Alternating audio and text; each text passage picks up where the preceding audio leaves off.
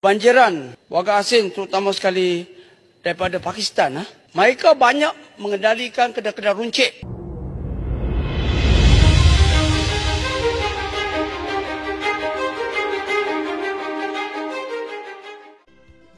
Banjiran warga asing terutama sekali daripada Pakistan, mereka datang, dia punya modus operandi ini, mereka datang, mereka akan cari janda-janda tua umur 70 tahun, 80 tahun untuk dinikahi.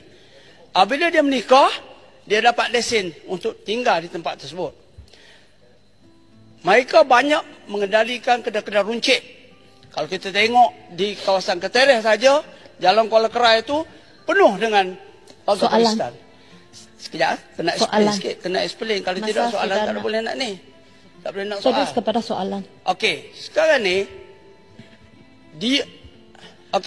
dia mengusaha kedai runcit. Satunya dia menjejaskan ekonomi orang tempatan. Kedai runcit kita tutup kerana kedai runcit Pakistan ni. Yang kedua, lepas tu dia akan panggil lagi orang-orang dia mari kahwin lagi dengan janda-janda tua kita ni yang nak, kemudian nak dapatkan lesen duduk. Kemudian dia pergi ke kampung-kampung. Dia buat ceti haram. Ceti haram dia buat. Lepas tu dia jual emas. Ni, jual apa ni, barang kemas. Dia beli RM500, dia jual RM2,000. Lepas tu dia tak boleh, dia pergi 50. Ini bukan masa untuk membahas soalan. Bukan bahas. Saya nak explain dulu. Soalan tak boleh nak kalau keluar. Nak tanya soalan, sila duduk. Saya nak tanya immigration ataupun Kementerian Dalam Negeri ni, macam mana nak menyelesaikan masalah ni? Kerana dia... Assalamualaikum warahmatullahi wabarakatuh. Salam sejahtera. Ini adalah restoran yang dikendalikan oleh warga asing dari Pakistan. Terletak di Jalan Transfer, Pulau Pinang. Di belakang Ibu Pejabat Polis Kontijen Pulau Pinang. Berhampiran dengan Pusat Pentadbiran Kerajaan Negeri Pulau Pinang. Bagaimana warga asing ini boleh kendalikan perniagaan?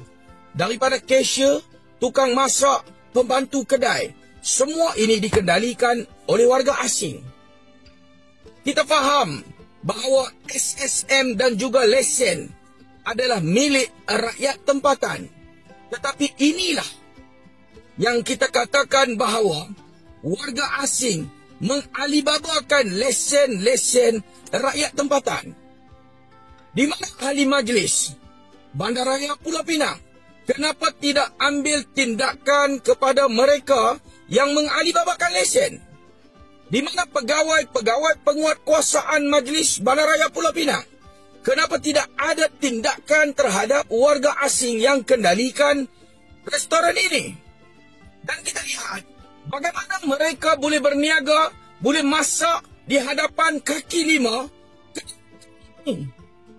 Tindakan penguatkuasaan daripada Majlis Bandaraya Pulau Pinang.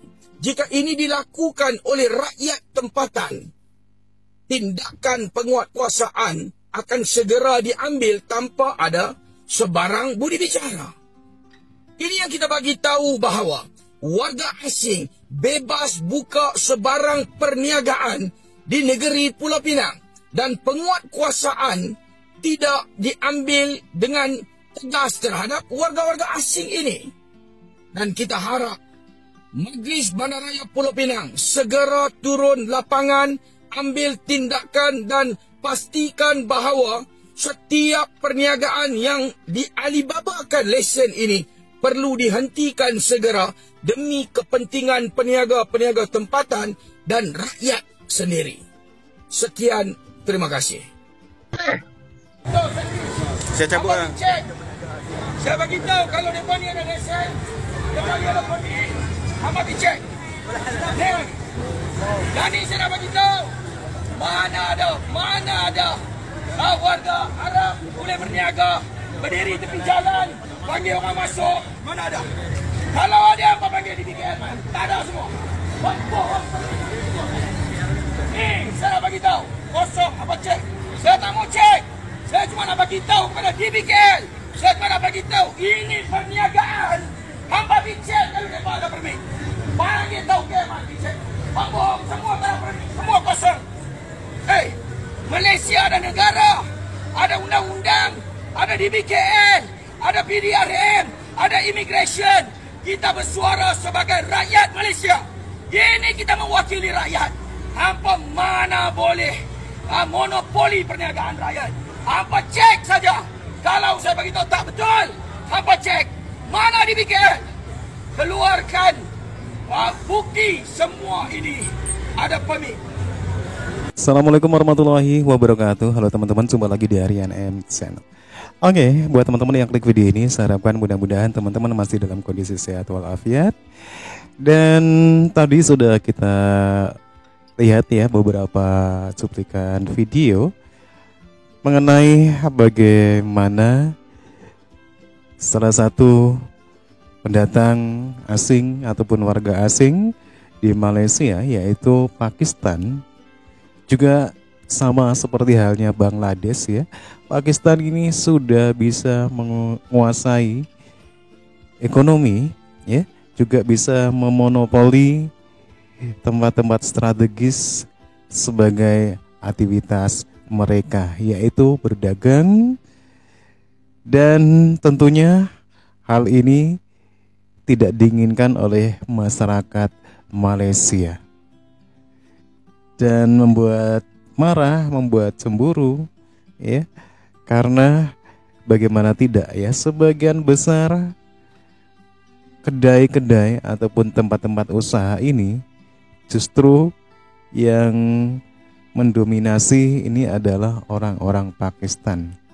Dan orang Melayu sendiri justru malah tersingkir ya, seperti dalam penjelasan video tadi teman-teman ya. Nah, inilah yang menimbulkan kemarahan dari masyarakat Malaysia. Dan tentunya kenapa bisa demikian ya? Karena orang-orang Pakistan ini pintar teman-teman ya. Dia itu punya satu strategi ya. Salah satunya tadi di cuplikan video awal tadi, bagaimana orang-orang Pakistan ini itu gemar ya berkawin dengan orang-orang tempatan ya. Tidak itu gadis ataupun janda teman-teman ya. Jadi mereka biasanya berusaha, kalau sudah bisa menikahi orang tempatan, berusaha menggunakan lisin ataupun surat yang dimiliki oleh istrinya sebagai warga tempatan. Dan inilah siasat dan strategi orang-orang asing, terutama Bangla ya, juga Pakistan ya, di mana mereka benar-benar sudah membuat marah ya, resah bagi warga tempatan di Malaysia. Dan tentunya ini merupakan satu dilematis sekali lagi ya bagi pemerintah, di mana apa yang menjadi aktivitas dari orang-orang asing ini juga menyumbang ya paling tidak ke negara, dan mungkin selebihnya ke para pejabat ya yang kotor.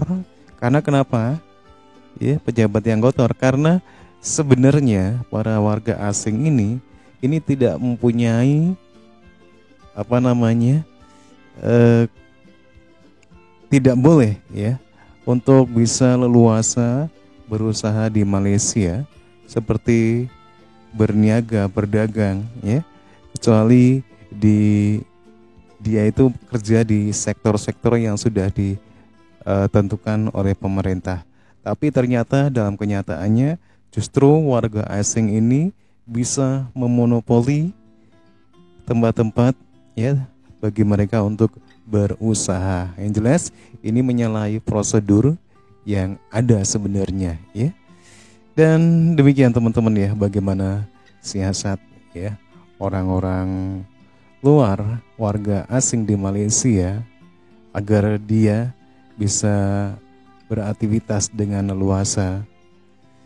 Mungkin jiwa-jiwa para orang asing, para pendatang asing di Malaysia ini memang kebanyakan mungkin berniaga teman-teman ya.